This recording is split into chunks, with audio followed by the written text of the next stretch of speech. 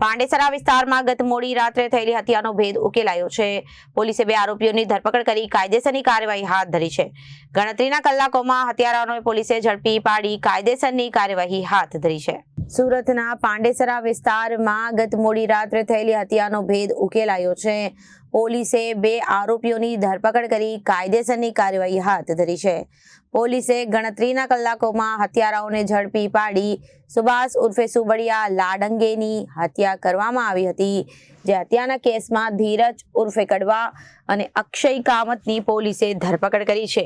મૃતક અને આરોપીઓ વચ્ચે અગાઉ ઝઘડો થયો હતો, જે ઝઘડાની અદાવતમાં આરોપીએ હત્યાને અંજામ આપ્યો હતો।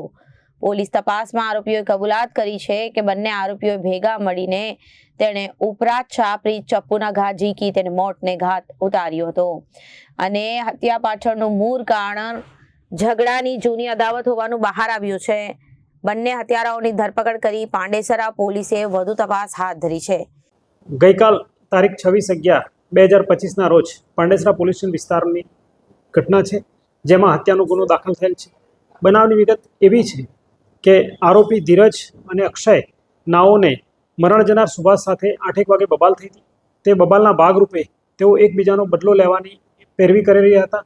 દરમિયાન 10:30 વાગે સુભાષ પોતે એક છરી દ્વારા આરોપી ધીરજ અને અક્ષયને મારવા જતો હતો। દરમિયાન તેઓએ વળતો હુમલો કરતા તેની જ છરીથી તેને આવિર્ભાવ 1ની સામે ગઈકાલે રાત્રે 10:30 વાગે હુમલો કરતા તેનો પીછો કરી મારતા આવિર્ભાવ સોસાયટી 2માં તેની હત્યા કરેલાનું બનેલું હતું। જેના ભાગરૂપે પોલીસે તેમના માતા સુશીલાબેન નાઓની ફરિયાદ રજીસ્ટર કરેલ છે અને ઇન્વેસ્ટિગેશન કરેલ છે। બંને આરોપીઓને આજરોજ પકડવામાં આવેલ છે અને ઇન્વેસ્ટિગેશન ચાલુ છે।